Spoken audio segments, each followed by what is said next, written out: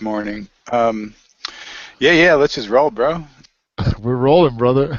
It's great to see your Okay. beautiful smiling face. Oh, cool. I don't see us feeding on the feed yet. It should be going through shortly. Yes, this says starting soon, so we Yeah, should be. it's probably buffering, but gentlemen, ladies and gentlemen watching from all over the globe, we are here with Thomas Joseph Brown, the arch ether mage himself. And I'm very excited about today's presentation. What have you got for us today, Tom? Well, I thought since excuse me, I need to mute this over here. I thought that at least since we're going to be doing a series of these, we sort of start with the preliminaries of because we're going to delve into a lot of very interesting realms of thought, different perspectives and paradigms. You know, most people they've got like one paradigm, and that's it. And it might be based on some experience, might be just based on their general knowledge and lack thereof of anything outside of that. We're all like that, myself included. I'm not trying to denigrate the way people think. I'm saying that there's more to ways to think. So I thought what we would start with today is actually You don't you how don't to have to think. you don't have to be too nice. We're mostly Americans watching this. So we know the deal. You're a gentleman. We understand, though. It's okay. Yeah, right. So I thought, well, how to think. Well, some people might question my ability to, but that's the skeptics and stuff. But that's okay. I actually enjoy the banter of discussion. But I think there is a fundamental process of thought, and it comes from the old liberal arts, which liberal used to mean free. It didn't mean left wing or anything like that. Words are so misused these days. In the liberal arts, it was in two branches. One was called the Trivium, and the other was called the Quadrivium. And now the Trivium, here's a book on the Trivium, Liberal Arts of Logic, Grammar, and Rhetoric. And we'll get to this in a second. I'll describe them. And the second one is called the Quadrivium, Number, Geometry, Music, Heaven. Now I'll describe those in detail, but I thought at first I would explain how they fit in and what the purpose is. So let me get my screen share thing going here. I'm very And excited. I'm very excited. All this knowledge, the trivium and the quadrivium, is now occulted, yeah. but back in the day it was standard fare, right? Right. Well, I realized because I went to good prep schools and things like that. I came out of a highly educated family, college professor, emeritus father. I realized I got some of this stuff, and I was generally being groomed, for high end. I was going to be like president of IT&T or something like that. Um, my godfather was like vice president of First National Bank of Chicago, things like that. You know, head of the Federal Reserve Bank of Chicago was one of my dad's students. Uh-oh. So I came out of that side. Of course, I dropped out of school. I didn't put up with any of it. But I realize now in retrospect that I was actually learning these things in fragments. So here we see a picture of Pythagoras. And here's the famous Pythagorean theorem, the 3, 4, 5 triangle, which, see, this is actually a symbol of like the mystery schools because you can't really solve it through simple addition or subtraction. You have to understand the nature of roots. Could you make In order, that window bigger? Just click the maximize button just so we can all maybe see it a little bigger there. okay, does that work? It's all It's right. it's It's made as it big as bigger it on my. gets. It's as big as it gets on my screen. Okay, no This is problem. from uh, this is from Manly Hall's book, Secret Teachings of All Ages. A brilliant book. Manly Hall There, also bought books from you, right? You were in he correspondence with did. them? He he did. He sent me a check and I cashed it and sent him a bunch of books. And I've got a lot of Manly Hall books. A lot of respect for his work. But here with Pythagoras, without going too in detail because there's so much there, and we just want to stay focused here. The 3, 4, 5 triangle is the symbol. So what we're going to look at here is here's we see on the left here 3, 4, 5.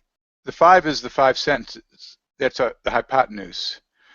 The 3 is the trivium, which is grammar, it's knowledge, who, what, where. It's how we define um, objective reality. And of course, this whole thing today about grammar Nazis, because nobody knows how to use, there or any of these things. And I mean, for somebody like myself, as a proofreader, I read it and understand it, but a lot of people, they struggle, those that know it. So grammar is breaking down, and I think that's intentional through the educational process, because the powers that be don't want people to think. I believe we're all being, groomed just to be, slaves. The classless society that most people don't notice because they think they're free. As Goethe said, none are more hopelessly enslaved than those that falsely believe they are free. God bless So here, America. yeah, and the rest of the world's like that too. Although America does have a particular sort of degeneration in thought lines because of the massive propaganda through the electronic media. But anyway, let's get back to here. We can go on forever about that. Let's stick with the knowledge. So grammar, knowledge, who, what, where, when, building blocks to discerning facts of reality. We have logic, understanding the why, establishing valid relationships between facts. So the work of logic is proof. Now, see what happens in like the modern education system and in modern thought. And people say, well, education system, that teaches you what to think, not how to think. And the way they do that is they put logic before grammar. So when a person is using their grammar or their language to discern the building blocks of reality, they're already predisposed to reject or alter the input because their false logic has been put to the fore. And fundamentally, that's the problem with modern thought, is everybody puts their logic first. It's like, man, I go, yeah, look, man, like planes, like if plane hit a building, it would like crack up and fall down and the building wouldn't turn to powder. And they go, oh, you're a conspiracy theorist. It's like, yeah, but what about the facts? Oh, you just want to believe that stuff, right? It's like you can't actually have a rational discussion with people, whether I'm right or wrong. You can't discuss it. They pigeonhole you with sort of like hypnotic words like conspiracy theorist, which creates a cognitive dissonance in their mind and shuts off discursive functions. And this is the reason why, is because this is instilled through the educational process where the logic comes before the grammar. So if you go properly, you have grammar, you discern what's out in reality. Then you have your logic, you just figure out what's really happening with things. Things that don't match, you toss them out. You don't toss them out before you just can actually work that out. That's why I always say keep an open mind until all the facts are in. That's a true skeptic, unlike the so-called modern skeptic religion that knee-jerks against anything that doesn't fit the status quo. The pseudo-skeptics that think they're so smart. But then the third one of the trivium is rhetoric, wisdom, the application of knowledge and understanding, the how of a subject. Like now, I'm using my rhetoric to explain my understanding of how this operates. And if we look at this diagram, so we see the trivium, that's the 3 of the 3, 4, 5 triangle. The 4 is a quadrivium, which we'll get into in a second, and the 5 is the senses. And see, this is the thing, is through the ancient mystery school processes, the initiatory processes, everything comes through the 5 senses. And the 5 senses, as we find through like the Goethean approach to gaining knowledge of reality, the 5 senses can give us quite a bit. It can give us everything we need to know. We don't. Modern science relies on meter readings. What Ernst Layers calls the one-eyed colorblind approach. If you can't weigh it or measure it, only the inert processes. So anyway, that's that. The 3, 4, 5. This is the key to everything. If you want to move forward in a true initiatory process and gain true cosmic orientation for your soul as you pass through this earth plane existence, you'll get a lot out of this one.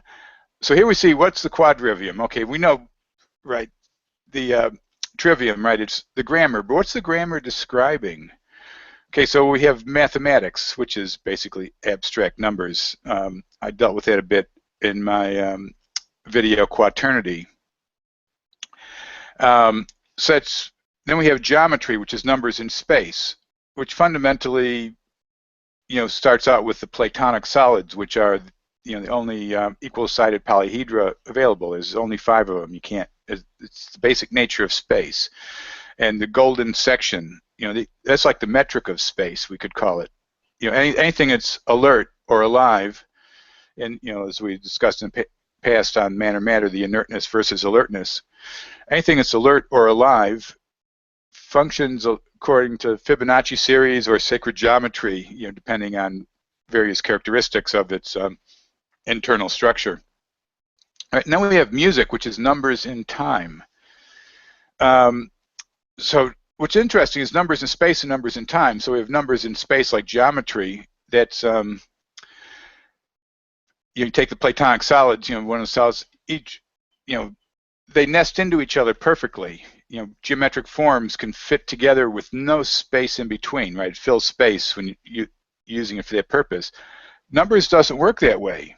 Right, which kind of comes up. You have these 2 types of tuning. The just intonation and equal temperament.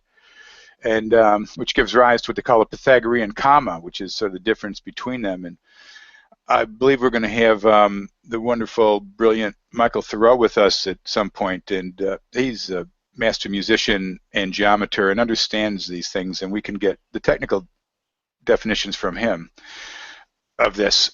Right now we're just trying to get an overview of everything. So it's interesting. Numbers in space fit together. Numbers in time, there's kind of gaps. They function differently. So space and time are actually different things. There's not this goofy space-time that Einstein came up with as a mathematical aberration to explain away a lot of what was happening in the real natural sciences. But anyway, so we combine them, right? And that's where we get astronomy. Numbers in space and time, which is our observation of the motions of the universe and our relations to them. And this is more, again, just numbers. As we spoke in the last one about the cosmological botany, where Ernst Michael Kranich's book, Planetary Influences Upon Plants. That is, really where the higher order functions come from. That's what I was saying, that if you really want to orient yourself in mystery school and gain higher knowledge, you're not going to get it through smashing atoms and protons and at higher and higher speeds looking for some God particle. It's like crazy stuff, I mean, it's kind of cool and it'd be fun to play with that stuff, but there's a lot better ways to spend billions of dollars.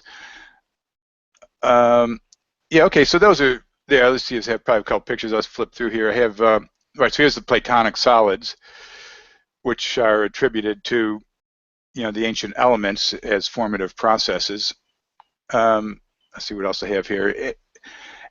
And we see there's Kepler's Music of the Spheres. I can't remember what's all on here, so I'll pop back on here. And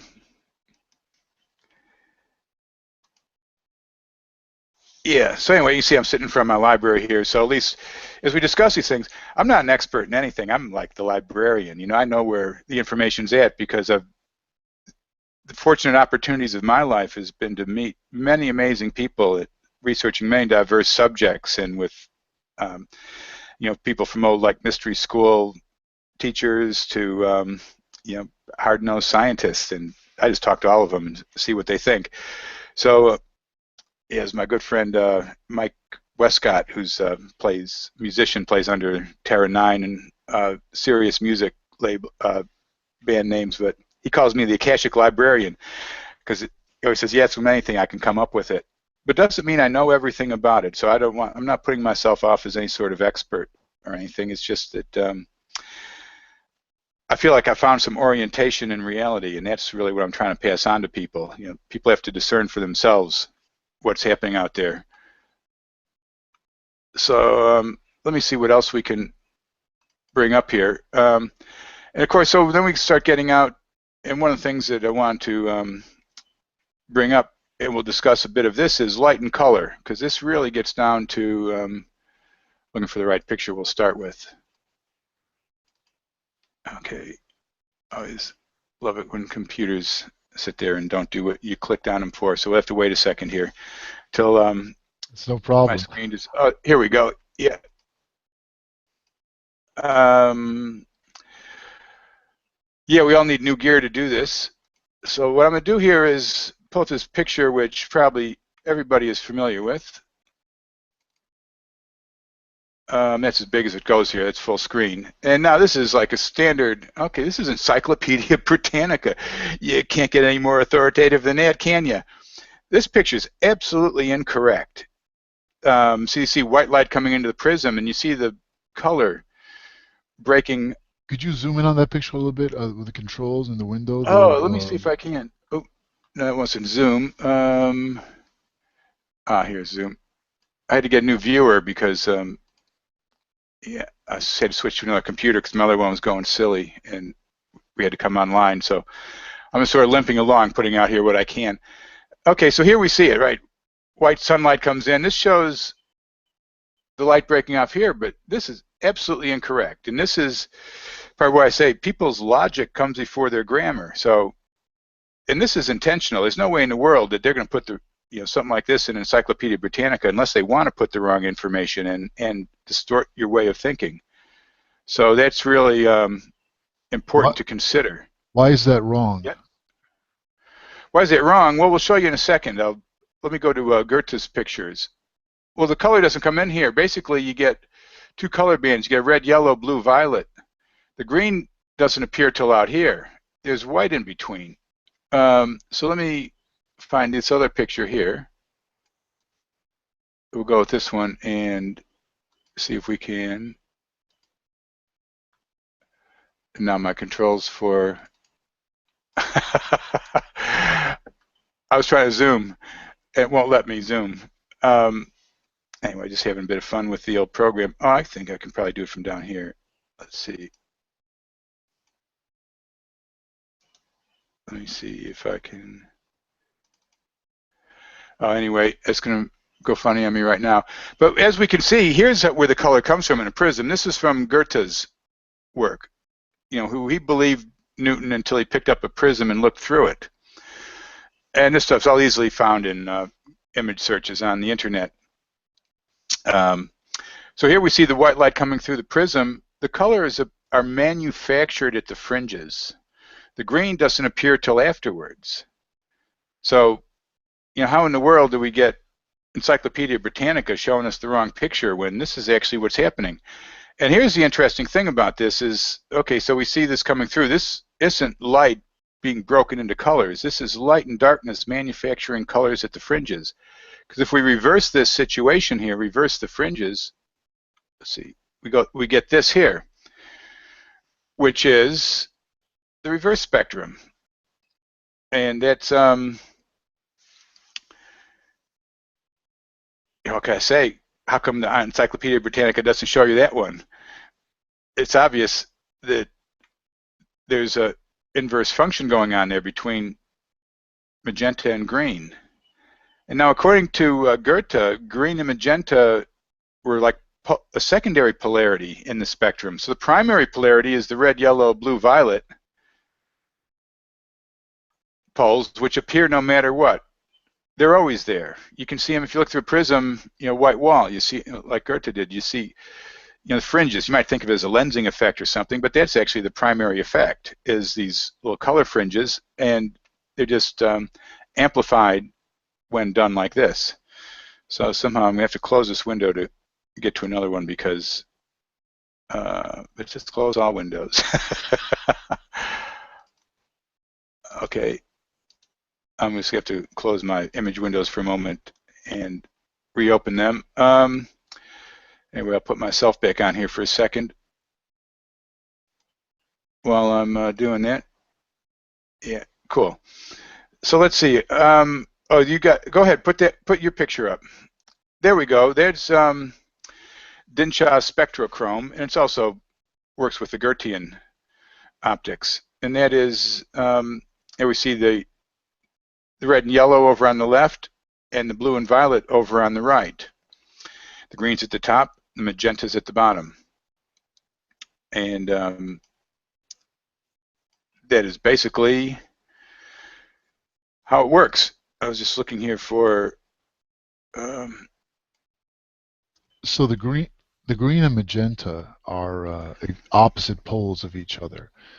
And green is created when yellow and blue combine, correct? Correct. Exactly. Yeah, green's a secondary color, magenta is a secondary color. And now we've done some work with the old Dinshaw spectrochrome system. And what we found, because he had 5 glass slides. It was interesting. 5 slides were red, yellow, green, blue, violet. And out of those 5 slides, you can make 12 colors. Let me see if I can get up one of my pictures on this. The 5 slides were red, yellow, green, and violet. And from those 5, he made 12. So that's interesting because if you look at it and you think that red, yellow, blue, and violet, those 4 could somehow make 12, but no, that's interesting. That's very interesting. That's No, good. it's interesting. Yeah, to make the 12, this is a real mystery. See, because the spectrum that what's his name Goethe came up with, and I'll put this picture up. Here's another sort of image of it. If you want to put mine up there for a second, and I was just looking for some others.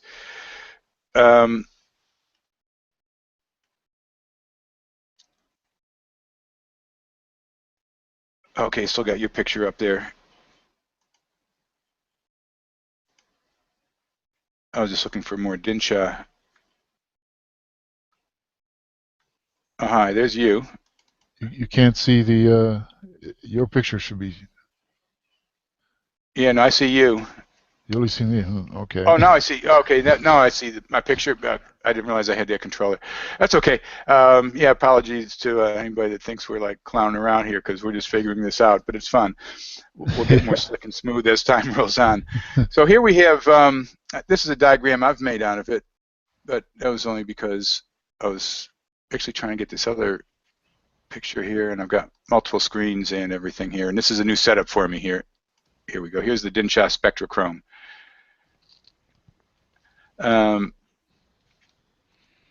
And what I'll try to do is blow this up and see if we, yeah, I don't know why my,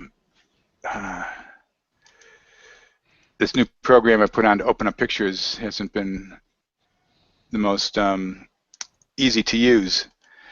It's all of a sudden, it was working fine, and all of a sudden all the controls disappeared. It's gone full screen. I can't figure out how to get out of it and have the controls.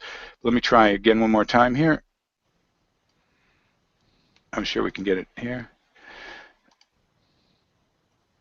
Because I was trying to show the front of the equipment. Yeah, I have that picture up actually on the screen, the front of the spectrochrome right now with the oh, good. violet and green out. Yeah, there we go. Thank you. Okay, see, so what we can actually see is there's actually 5 slides in there. I believe it was red and green on the front. It's a very clever little setup. So you have your red, green, violet triangle, and then you have your blue, yellow, magenta triangle. Dinshaw mistakenly called the red, green, violet triangle a triangle of light because it's actually the triangle of darkness. The other one's the triangle of light. Yeah, that's another way to look at it. So here's the interesting bit.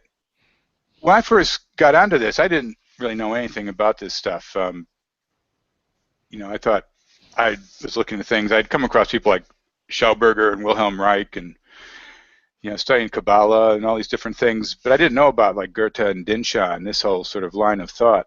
How did you discover the spectrochrome? That's an interesting story. Because everyone has a story about how they discovered spectrochrome. Okay, well, I was running Borderlands. I took over from Riley Crabb, and I was just following his procedures. And every year it was a nonprofit, so we had to put out a little profit and loss statement. So we did the I put out profit and loss statement. I don't know what it ever took in, 20,000. It wasn't much, but anyway, I put profit 0, and yeah, it was interesting because I had actually gotten it came in the mail. I got the 3-volume spectrochrometry encyclopedia in the mail from this guy Soroush Gadiali, who's Dinshaw's son. I didn't know at the time. I had heard through a friend about Darius's Let There Be Light, just using the colored gels the way they did, manufacturing 12 colored gels from multiple, like Roscaline gels. And I mean, I kind of knew about it, but there's a lot of other color healing systems, so I didn't think of it as anything absolute. It was just another cool system. But then I got to spectrochrometry, and I started looking through that. So I ran something in Borderlands. I think it was in the same issue that had the financial statement, the first one I put in from the end of Riley's year. And I just said, oh yeah, well here's these two guys. Here's two of Dinshaw's sons putting out the work, still there. As I did when anything came in, I just give people a link and go. It had mail links in those days. We didn't have these click links. So anyway, I get a phone call a couple weeks later, and it's Sarosh, who called himself Nick, right? Because he said he needed a nickname, so we just called him Nick. But anyway, Sarosh was. He goes, look. He says your profit and loss statement's incorrect. He says you can't have a profit zero. He said you should have it as a loss. I said, yeah, look, I don't know how to do this stuff. He goes, well, I'm an accountant. You need help? I said, yeah, sure. So anyway, and they start telling me, he goes, oh, he said, would you please not mix my work with my brother's work? And I said, well, why is that? He said, well, because my father was very strict about the way the system had to operate. He said, and there was occult principles behind it. And that, basically this, the Let There Be Light system of Darius was basically not what the old man was doing. So I started reading deeply into it, and I had a dream that old Dinshaw was, basically explaining how the circle worked to me, how the 5 slides made 12 colors, and I realized at that time, this was back about 1986, and it just dawned on me that this was actually the inner secret teachings of Zoroastrianism that he had somehow stumbled across, but because he still put his logic first, he still believed in the Newtonian spectrum, and that everything came out of light. And when I started writing stuff on Goethe and Dinshaw, I remember that Nick would call me up and he'd go, oh, my father would be all mad. I go, yeah, but he's not here. I said, if he was here, I'd ask him. I said, the whole point is we're trying to figure this out.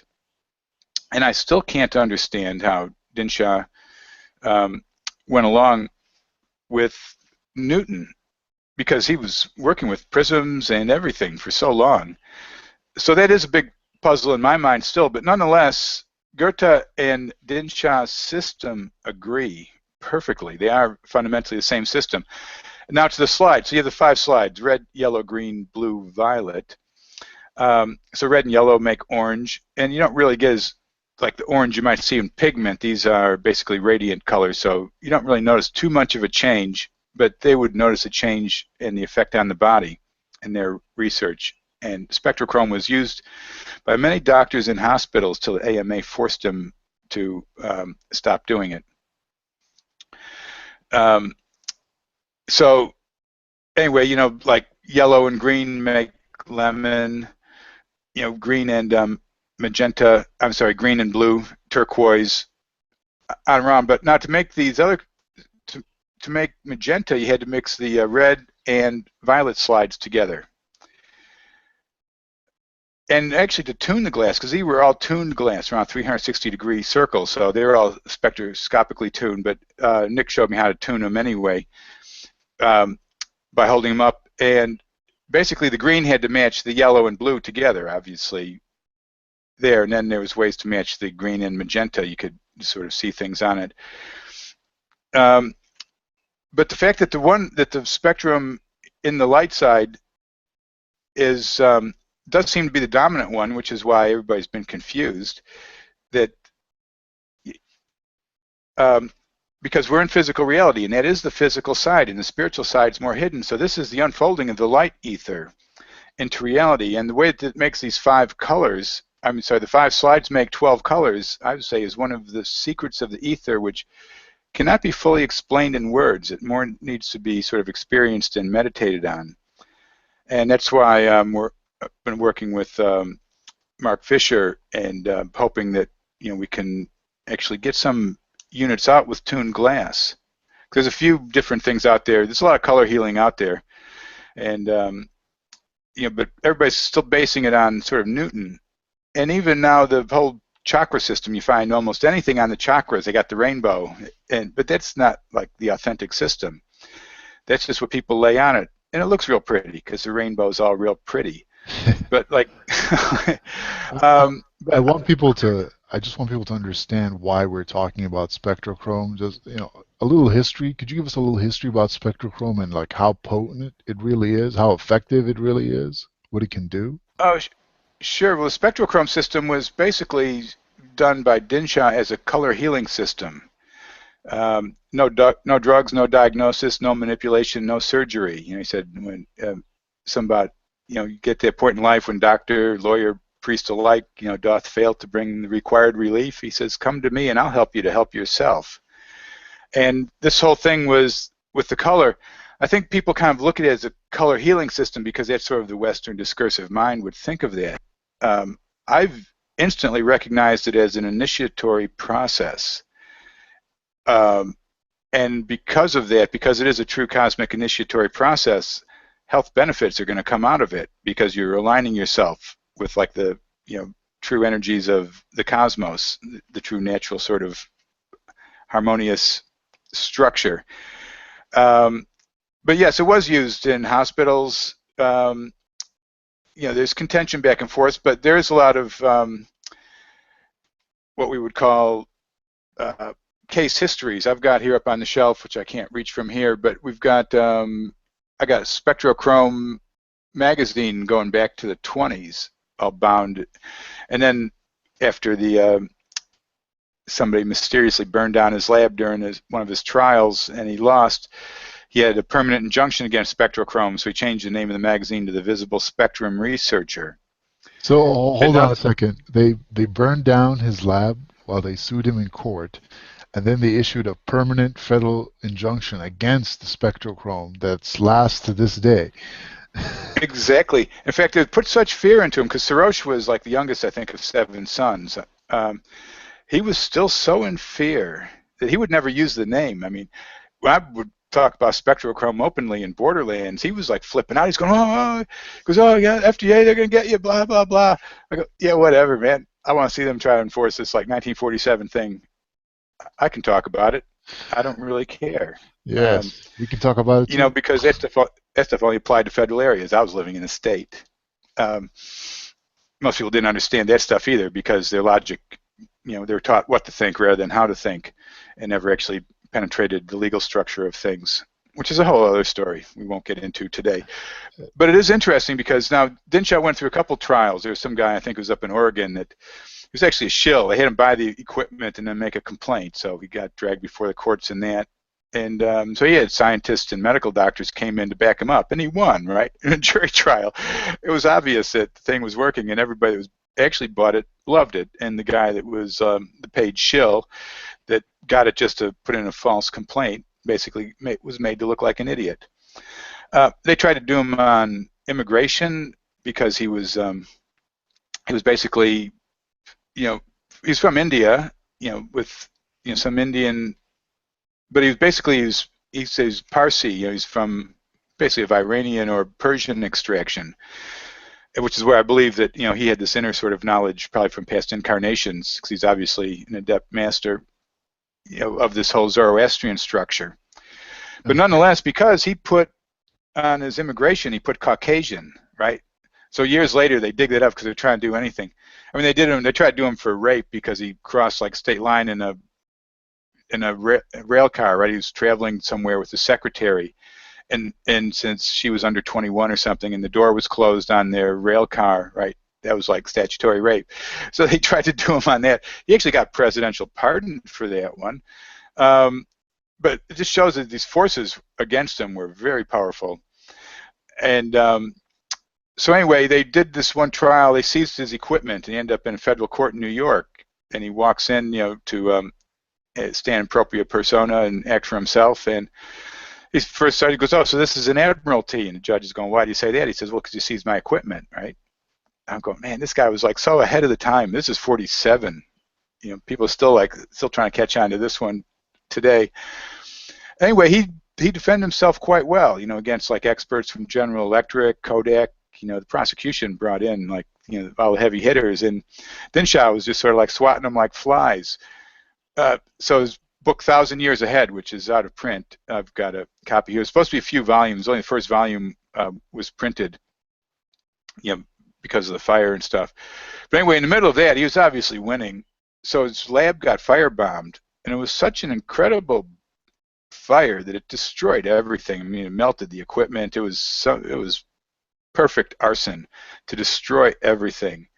And he had nothing, so they ruled against him because he had no evidence, right? And that's when the permanent injunction came in. Dinshaw also testified in Congress against the FDA. He said, look, this is just like the branch of like the medical mafia is going to use to stop anything that's not like poisoning people with pharmaceutical drugs. It's a scam, and he was their first target. So yeah. So you figure if they went that hard against the guy, there's probably something there. And now the system was complex. He had to do it at certain times. He put out like these rhythm charts depending on where the moon was and how your nostrils were breathing. So like I say, it was more intense, but I used it on various things. I remember a young girl playing with my stepdaughter years ago, and they're goofing around the bushes up in the forest of Northern California, and the girl poked herself in the eye and had she was bleeding under her eye with a cut. And she actually had really bad eyes. She had lazy eyes, and her mouth was having these like bacteria injections in. It was supposed to do something to the muscles, whatever. But lovely little girl. So anyway, I thought, well, what can we do? It was like late afternoon. Here she was, a little cut under her eye. It wasn't really bad, but I just knew that her mom would freak out when she came to pick her up, because she's so concerned about the eyes. So I put her under, I can't remember, I think it was blue or violet light. We said, hey, look, we got a magic box that'll heal it. And we put the two girls sat there and played under the thing while it was on for about 2 hours. And then the mother came to pick her girl up and said, oh, yeah, she poked herself in the eye. Oh, God. And we go and look, and you couldn't even see. There was like nothing there. And we were like amazed. I didn't expect it to actually work that well, but it certainly did.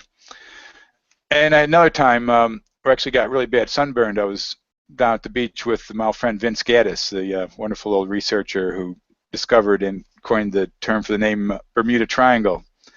And I rescued Vince from a nursing home. He lived with us for about 8 years in Northern California.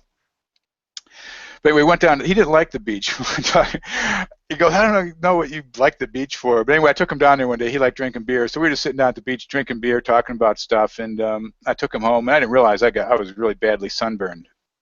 And to the point of pain. I mean, it was really bad. So anyway, I put the Dinshaw box on, violet. I think I did indigo, right, because that was like the painkiller and stuff. And I actually fell asleep with it. And I woke up early in the morning, going, oh, like I was scared to move because I was so burned. I was thinking, oh God. And I got up and I started moving around. I was going, wow, the burn's gone, right? Neutralize it out, because according to the Dinshaw theory, right, there's too much red in the system that absorbed out of sunlight, which so it's like an acute. So acute conditions you treat with the blue side. Like systems you have like cancers and things in the body that would be. And of course, we're just talking research and reference here. I don't want anybody to rely on this because everybody's got different situations. But if it's a long-standing condition, then you use sort of the hot side to speed things up. And there was always a process. You always started with like green intonation to balance the system. Then you might move to like yellow on the intestines, on the stomach area to clear the intestines, and it does actually work. Mark told me a story about how he relieved constipation on his son just by shining a yellow light on his stomach. It worked great. That does work. No, it's amazing. The thing does work. And see, color is color. And color will work. And like I say, there's a lot. I've got a couple shelves of color healing books off to the side here. You only see a few of the books behind me here. Maybe we'll get like a little movable camera someday, go around and show more of these things. I just can't have them stacked up next to me. Absolutely. The thing is color, and there's a lot of systems that actually work. But the thing about Dinshaw is he's called automatic precision. It was the only color healing system that contained the pure archetype of the light ether and its unfolding into manifestation, and matches perfectly with Goethe's higher knowledge of prismatic experiments. Just so people So, understand, Dinshaw did 20 years of research before he officially unveiled this system, correct? oh, definitely, yeah, no, he worked with it in India and then the States, and he was no slouch. He was in all kinds of things. He invented like a flickerless, movie projector, movie system, all kinds of things. But like I say, all that stuff was destroyed, in the firebomb, literally. So, so he And, was a and contemporary of Nikola Tesla, and they came down on him in a very similar way. yeah, even worse. I mean, Tesla is sort of like, because Tesla stuff was so far out. Yeah, he wasn't a threat because, it's kind of hard to build a thing to power the world. You need big funding and all that, and Tesla was never really that good in that sort of sense. Um, Dinshaw was a direct threat because doctors were using this stuff in hospitals, and they're using them in burn units to get, skin was regenerating. You don't need like skin grafts. So you burn your arm, second, third degree burns on your arm. You don't have to like skin graft off your leg and stuff and make scars all over. Could And they were you just like treating it with like coconut oil and blue light and regenerating skin. could you talk about Um, that? Okay, every in the 50s they say like almost every clinic in America had a spectrochrome, and people would walk in with massive first-degree burns, and they just shine blue light on them an hour a day for 30 days, and they'd have a fresh new just layer of pink skin, no skin grafts, nothing. Did that actually happen? I don't know if it was in every clinic, but yeah, definitely. I've seen it. Like I say, I've seen it work myself from severe sunburn, which was actually second degree. It wasn't even first degree, man. I'd like really just once paying attention. So, like I sat there for. I mean, I put sunscreen on Vince. I was worried about him because he was never in the sun, but I never didn't put any on me.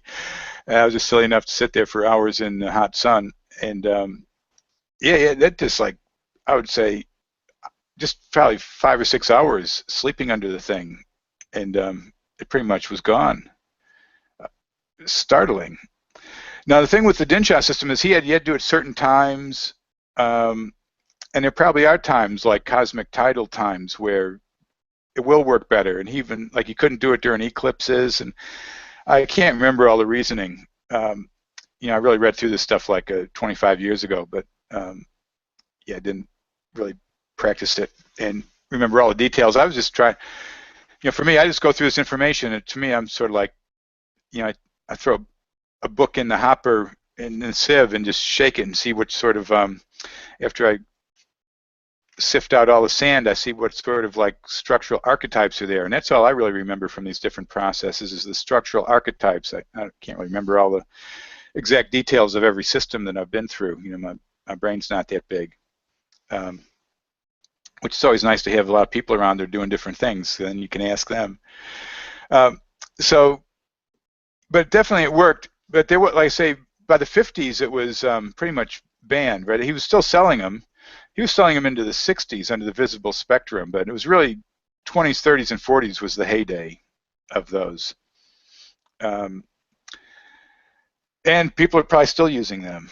I had a couple which I trusted people look out for me, but they sort of disappeared, so I don't have them anymore. But I do have a set of the tuned glass, and like I say, Mark has been working with the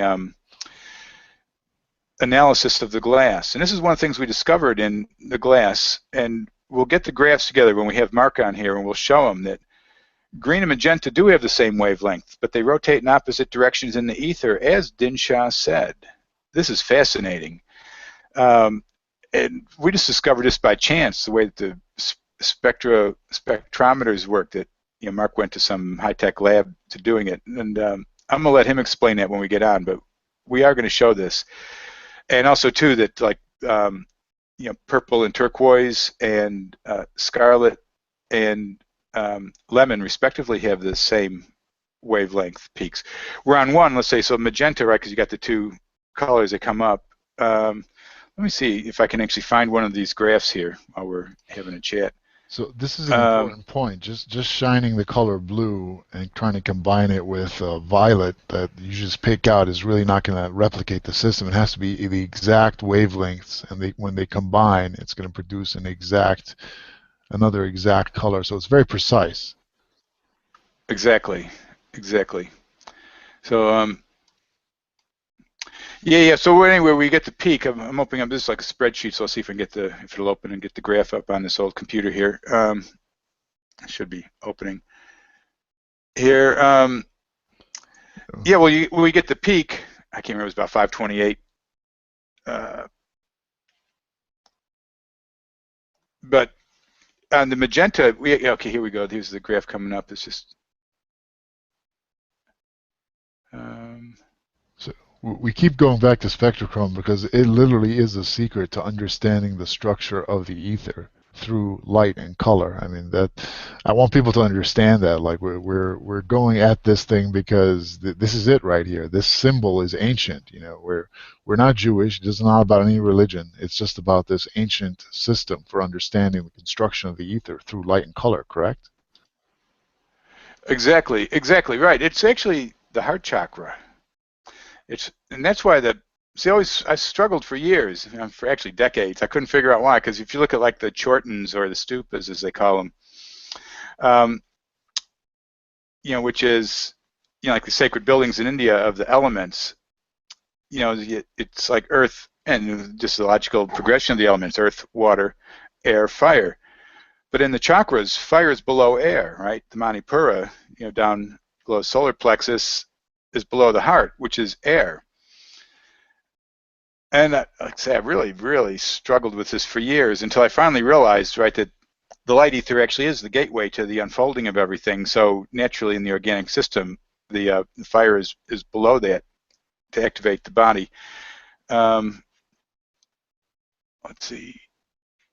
I got my magenta graph here. Not that one. Okay, if you want to put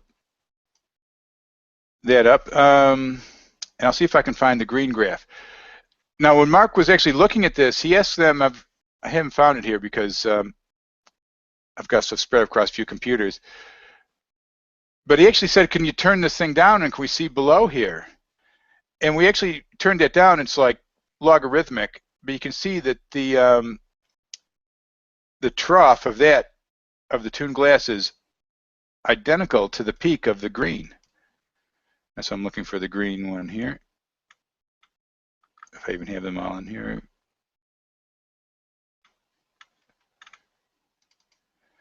Yeah, we weren't planning on really talking about spectrochrome days, so I have to. This is a pretty deep topic. I think it needs its own show. I actually have a question for you about the trivium and about grammar. Because when I think grammar, I think what kind of apostrophe do you put after or before the S's on plural words, and where do you put the semicolon and stuff. But I think there's a slightly different denotation when you talk about the trivium and grammar, correct? Oh no, well I think there's kind of grammar well no, that's it. And it's different in different languages. I studied, not that I got very good at it, but I've studied Mandarin and I've studied Spanish. And what you find is when you start learning a different language is you actually think differently, right? You can still think about the same things, but there's actually sort of different perspectives inherent in the different languages. So yeah, grammar is just basically the functional code that you use for transmitting knowledge of things you observe, things that are out in space and time. Yeah, so, and that's the thing, yeah, with using your apostrophes correctly, that's so that you can transmit the knowledge easily. And not that the English is the greatest language for doing that, but it's not really all that bad either. It does work to a certain extent. Yeah, just looking to see if I had some other graphs here on this. So let's see if we can. I know it's on that one. Try to get all my windows up here.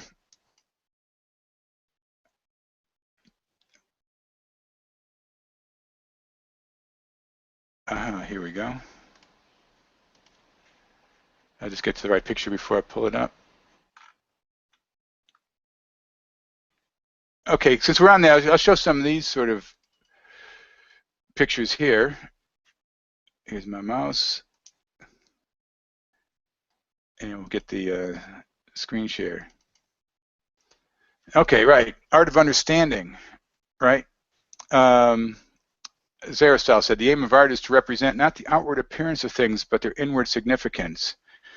And the reason I'm bringing this in is because when we're talking about spectrochrome and Dinsha, and we're showing these like etheric symbols and stuff, I believe these are the true keys to any sort of science that would move forward in the higher realms. You know, it's not that we discard all the materialistic sort of science that you know, the big machines everybody's built to play with. There's mimetic concepts suspended, right? You know, everybody thinks what they've been told. So, you know, mind must be willing to accept reality as it is directly experienced, not as it is currently taught to be construed or believed. So you abolish, reconstruct, and use belief systems to gain higher knowledge. So that's what I did, like at Borderlands, when I was working with all these different inventors and philosophers and thinkers, is, you know, look at the difference between, like, you know, Tesla and Philo Farnsworth. You know, sort of completely different worldviews in the way that they developed their technologies. And everybody I talked to, right? Everybody had their worldview. We've discussed this before, you know, and people that get into these alternative subjects and sort of start waking up, it's almost like they take the first clue to waking up becomes sort of like their filter, their new belief system. So what I was able to do in order to be the ultimate diplomat and get along with everybody, I tried to understand their belief system and be empathetic with them and understanding, so that I could understand the core of their knowledge and what they were trying to transmit. And then I started realizing that I was fully capable of having different belief systems. For example, you know, the old heliocentric belief system that everybody believes, that the Earth is going around the sun, right? They believe it. And there's reasons for believing it, but nobody's ever experienced it. Whereas, like, let's say the geocentric, or the anthropocentric more properly, is everybody experiences it, but they no longer believe it. So I've thought, well, I start combining the different belief systems, and I realized that there was 4 archetypal belief systems that I went into. And that's what I meant here by abolishing, reconstructing, and using belief systems to gain higher knowledge. And learn to use ideations gained from processing experience as a theory of higher knowledge. And that's what Steiner and Goethe were into. Steiner tried to bring that forward. You know, he said that imagination is an organ with which we can create new organs of cognition. So, for example, understanding Goethe's theory of colors is actually an organ of cognition, because people think that the Newtonian theory of color is correct, and that's their organ of cognition, and that's why they just so happily accept things like the rainbow chakras. You know, I mean, I've seen these brilliant, like, expositions on the chakras, videos people made, but they're still using the rainbow colors. I'm going, man, that's not a true initiatory process. It's a distortion. And you know, maybe I'm hard-nosed. I want to see the stuff actually. You know, that's for me. I'm passing through. I want to know the real stuff. I don't care what other people say or believe. I want to know what the truth is, right? As my old mentor Riley Crabb used to say, he said, to search for truth wherever it may lead. You know, he said, make sure. I said, well, I was always trying to be there, so I'll keep on it. So there's, yeah, the art of understanding. Here you go. So in the your art opinion, of ideation. Yeah, go ahead. When we look at any chart or graph these days that has colors, we should always try to keep the Goethean spectrum in mind, with blue and yellow making green, and the red and violet making magenta. We should always keep that order in mind. Right, it's a circle. It's a circle of color. It's not a linear thing. In fact, the linear electromagnetic spectrum is a distortion. It's sort of part of the underlying brainwashing of everybody, which is far more pervasive than even most conspiracy thinkers even think, right? This has been so well laid out for centuries underneath everything to prevent people from seeing what's happening. Otherwise, everybody know what Goethe was, and we'd have to go get a job or something, doing something productive, because everybody know this stuff, and nobody'd care if we were discussing it, except, you know. But let's say, I would say, is an organ of ideation. So in that sense, yeah, but more so, like, you walk outside and you look up and you see, you know, the sun. You know, so most people think the sun is that yellow whitish sort of dot that moves across the sky. But to me, the sun is the blue dome as well. The sun is both, because both the transverse and longitudinal components come out of the sun. It's completely different than so science has construed it.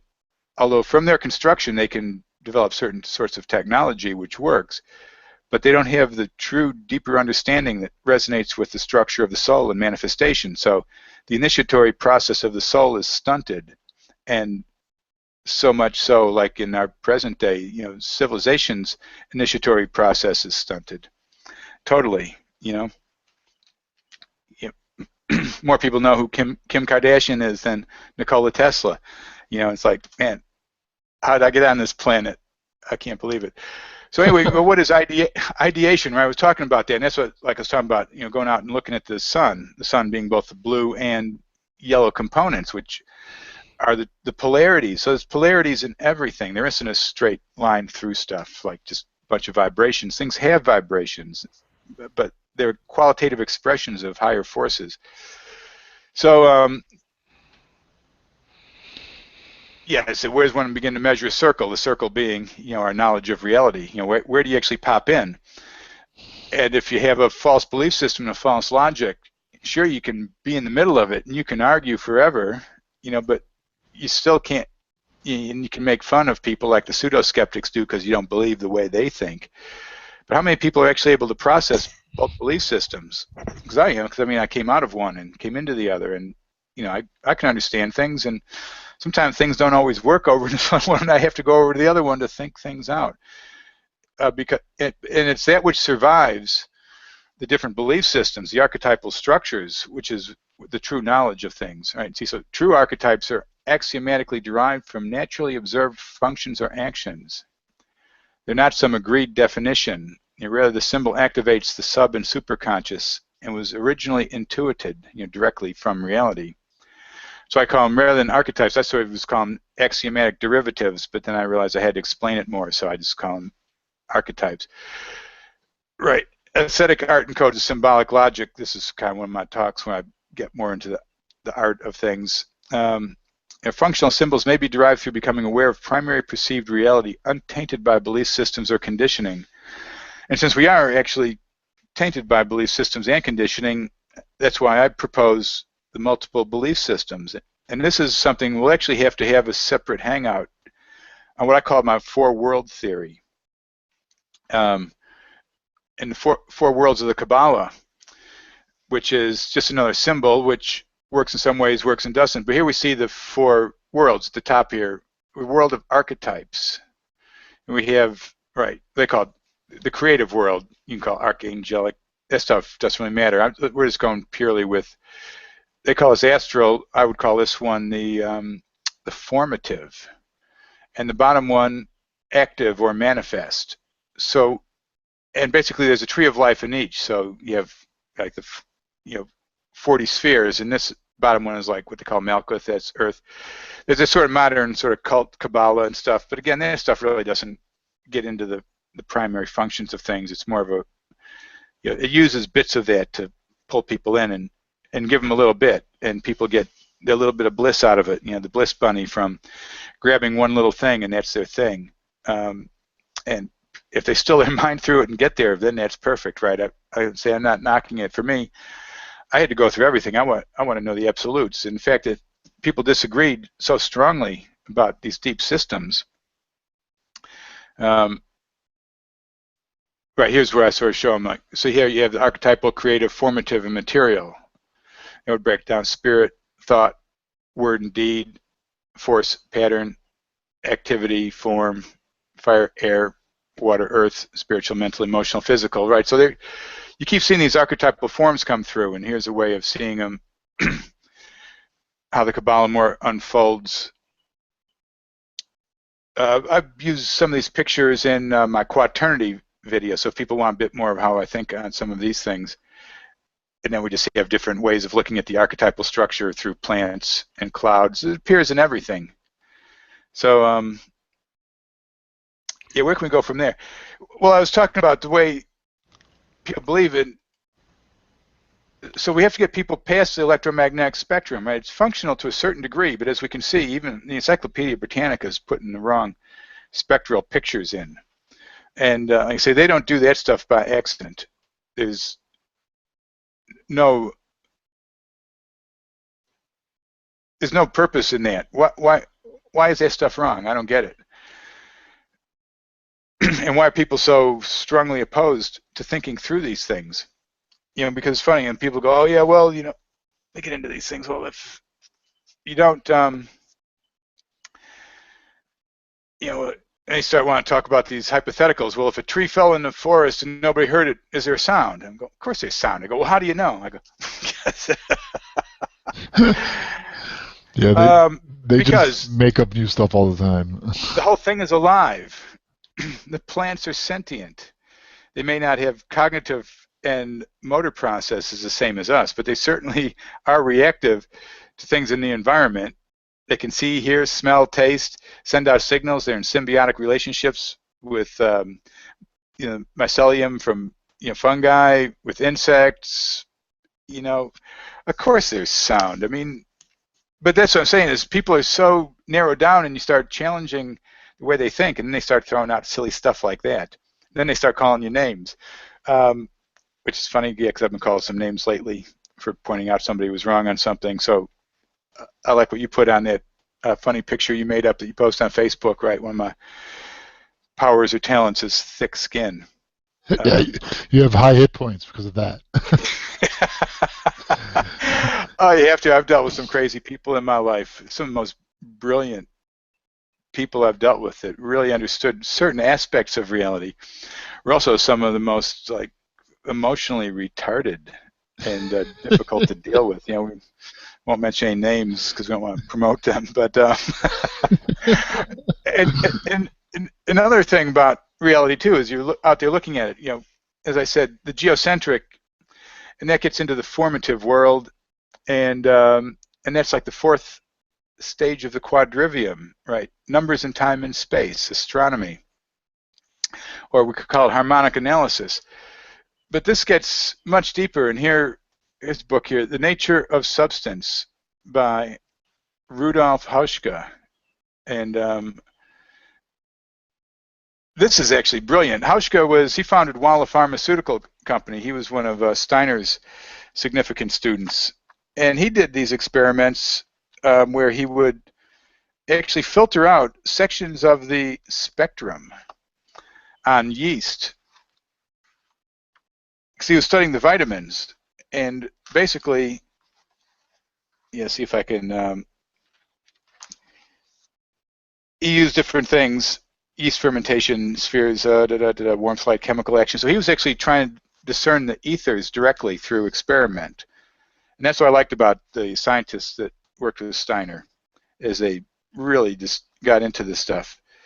Let's see if I can find this little picture here. I should scan this stuff and we can show them up. I need to organize my pictures better because this picture viewer, because Windows Picture Viewer wouldn't open all my things. It kept opening in Explorer. So I got this other Irfan view, but now that's actually acting funny and won't give me my controls when I go full screen. I can't get out of them. But anyway, what he did is, and the picture's not becoming apparent here, Hauschka basically filtered out using different things like alum. Oh, here it is. I did find it, and I'll hold it up so people can possibly see it. So alum, iodine, esculin, he was basically filtering out different sections, infrared, ultraviolet, and visible. And this book is available through Rudolf Steiner Press. I'm sure you can find it online. I actually showed some of this stuff in a lecture I gave back in 1990, which is on my YouTube channel.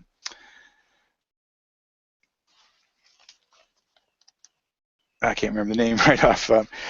But what he did is, okay, so he would do that on yeast, and then the yeast would have different sort of effects, right? Yeah. Dried yeast in the alum sphere with exclusion of, anemic.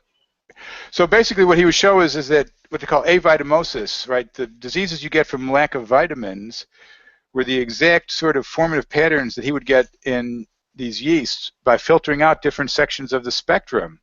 So his thesis was, and I say he founded well a pharmaceutical company, so it wasn't like he was just some guy who was making this stuff up because he wanted to believe it. He believed that things like ascorbic acid wasn't vitamin C, but that chemical structure carried the vitality which was vitamin C, right? Almost like we think of pyramid energy, right? A pyramid to a certain shape, it creates certain energy. Well, in that sense, right, like the ascorbate molecule, because you don't have to do ascorbic acid, you can do like sodium ascorbate or calcium ascorbate. That's basically the vitamin C appears in there because of the structure. It's in the atmosphere. It comes into the plant world through, these things were discovered through, basically chemical analysis of plants. They got them out of there, but then you could reproduce them and carry them on.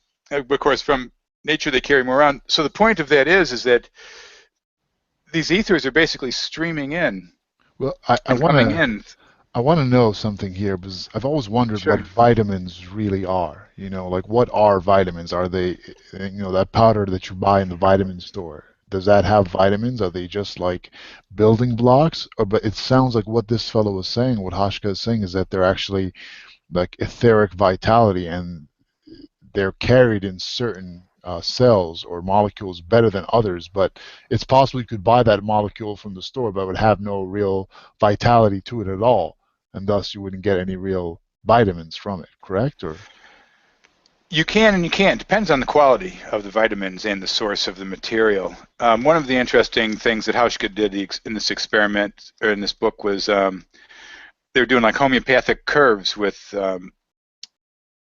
because actually after Wohler sort of synthesized urea, right, that was sort of like the death knell to vitalism in chemistry. But well, you can make this.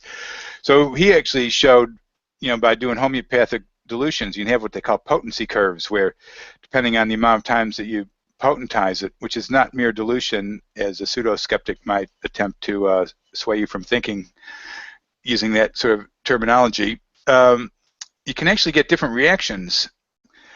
And the different potency curves have, just as an example, these may not be real numbers, but let's say 8, 16, 24 times you do it or whatever, they'll have a higher reaction than, maybe like 5, 10, and 15 of the numbers of dilutions. So he took, I can't remember which chemical he used, but he did tests with this where he would take the natural and the synthetic, potentize them and do potency curve tests. And the synthetic molecules had no potency curve. They're just flatlined, and the other ones had very active curves. And another thing that Hauschka did was he showed that, well, going back to experiments, the Baron von Herzl, who did experiments where he was using like triple distilled water and basically platinum sealed, hermetically sealed sort of jars, growing sprout seeds. Hauschka reproduced these experiments. So he would take like a measured, weight of seeds, just whatever alfalfa he used, and he would put it in triple distilled water and grow it for 3 days, sprout it for 3 days, the same thing. And he'd have all kinds of these experiments going. He just didn't do one. He'd have, just keep on rolling them.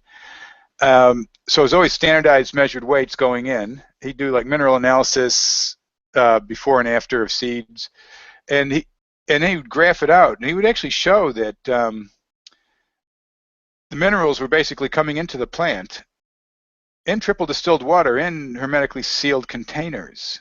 So where these minerals come from, they're not coming out of the soil, that's for sure. And then he graphed them out over like a dozen years, and you could actually see that the different minerals would like come and go at different seasons. First, his emergence and passing away of phosphorus and potassium during the period from June to December 1939. Right, those are the lunar phases along the line, and then it's the coming and going of the elements up and down. This book's full of all kinds of these, its name is Chapter Star Patterns and Earthly Substances. And basically, he finally worked out, I think I can find this picture here because the book's falling apart. as a poor binding. Oh, it's benzoic acid. That was the.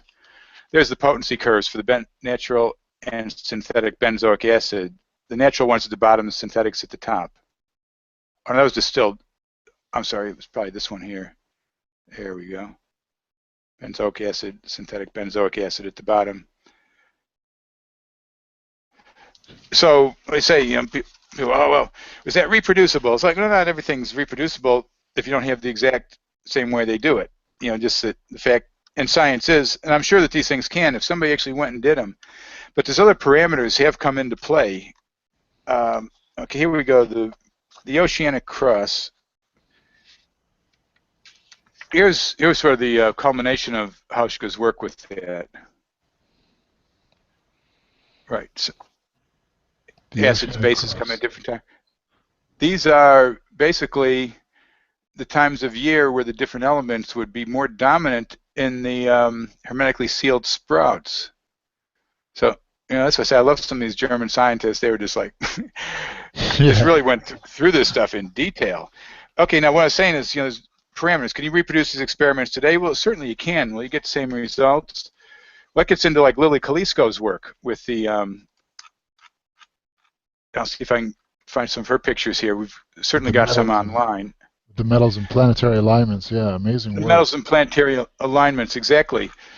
Now, because she was doing gold sun, and for people that aren't familiar with this, they've got... I did a very primitive experiment in that vein where I was making colloidal silver. I made it before, and it usually turned out very cloudy, and the water would have a very kind of poignant taste, not so pleasant. But for the first time a couple of weeks ago, I made it under a full moon, and I made sure the moonlight got in there, and the water was clear. There was no bad taste at all, but there was definitely silver in there. Because when I used it to as a nasal douche, it still burned. So it's pretty close to much finer quality.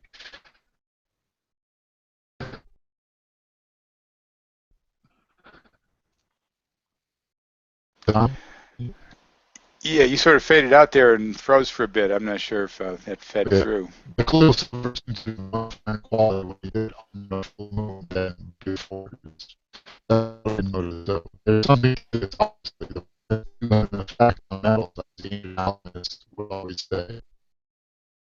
Right. Yeah. You sound like you're in a fishbowl at the moment, bro.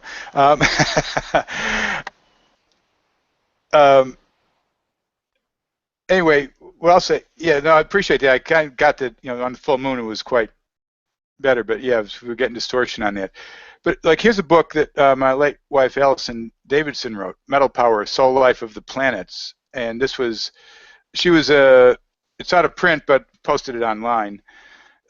She was a brilliant astrologer, homeopath, herbalist, and I remember because I was always going on about all this, Steiner's work, Lily Kalisko and Hauschka, and she's going, oh, that's all that, German male science stuff, gotta get into the feminine. I go, hey, look, you're an astrologer. Check this stuff out. Check out Lily Kalisko. And she took a look at it and was so fascinated, she wrote that book, which is a brilliant book on the relationship between the metals and the planets, gold in the sun, silver in the moon, copper, Venus, Mars, iron, Jupiter, tin, Saturn, lead. These are very real, and I posted on the borderlandresearch.com Lily Kalisko's book, Spirit and Matter, where she covers more of this and shows a lot of her actual crystallization charts. But the reason I brought this up, we're talking about the reproduction of experiments, is that so she did these experiments, and hold on, let's pull the books down and show you a few here. You got he has like Spirit and Matter. What's this? It's about the sun in 1928, or not getting real good. And here's, sorry, this one here. Total Eclipse of the Sun, Gold in the Sun, a kind of experiments conducted in connection with. And now these books are just basically little short pamphlets describing, the crystallization charts. And you start learning the character of the crystallizations, which are hard to show in just a simple one off. There's another one that we'll get these lined up and we can go through more in detail so people can actually see how the different planets affect the metals when they're in sort of like 15-degree relationships and stuff. Multiples of 15. Conjunctions, squares, oppositions. These have dramatic effects on the crystallization properties of metals. The thing with these gold in the sun is that Kalisko showed that during solar eclipses, here's one 20th May 47, and the other one was in 29 June 27, that when the moon moves in front of the sun, it distorts the crystallization properties of gold, which is pretty weird. People go, "Oh, maybe it's just gravity." I go, how come it doesn't affect anything else then? That was like the old Greek concept of the atom. It wasn't the smallest little bit that you could tear off and still, get down to like these little, billiard balls that don't exist underneath everything. That it was that qualitative element that existed both in gold and the sun. So that was the atom, and the connection was cut off during the eclipse, and maybe that has something to do with why Dinshaw didn't want. You weren't supposed to use a spectrochrome during the eclipse, and I can't remember the reasoning for that. Maybe Mark will remember that. We can discuss that. But there are certain effects there. But she gave a talk in 1964 called "Gold in the Sign of the Times."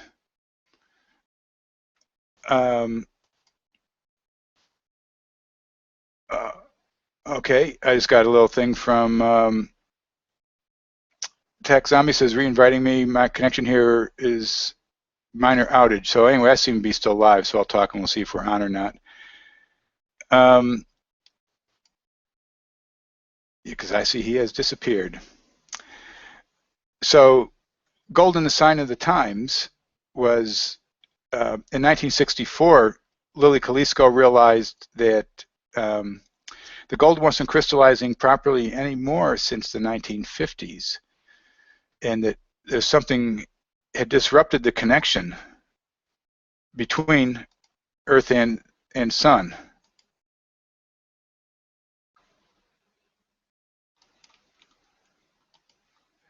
I'm getting all kinds of Skypes in now. So I'll just keep on. So what was that? Right, I figured it was probably the electrification of the planet. The massive, over the radar propagation and things, because that's what Trevor Constable in his book, The Cosmic Pulse of Life, which I edited the second edition of, and he discusses how when radars, because he's an aviation historian, and he discusses when radar first came in, all these radar angels would start appearing. That planes would be scrambled to go check them out, and there'd be nothing there. And eventually, they sort of drifted away. It didn't really happen anymore. Well, they could have been what the ancients called sylphs, the beings of the air. Maybe the radar killed them off, but definitely the electrification of the atmosphere disrupted the connection between gold and the sun, and that's what Lily Kalisko was worried that perhaps gold shouldn't be used anymore as a homeopathic medicine for the heart.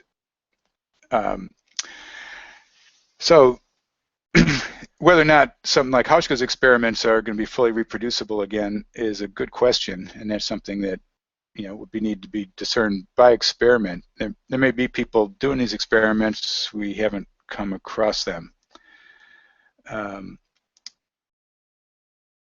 So yeah, I don't know if text can come back online, but I've found some other pictures here.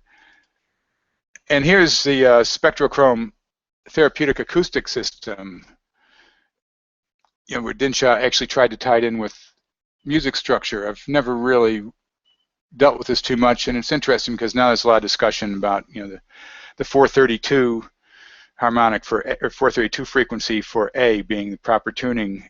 It was posted on the Ether Force page the other day, the sonic geometry, or just go to YouTube and search for sonic geometry and watch that. And so these are all areas, we bring these ideas out, but this is all about coming out to get the information out so people can research and learn. So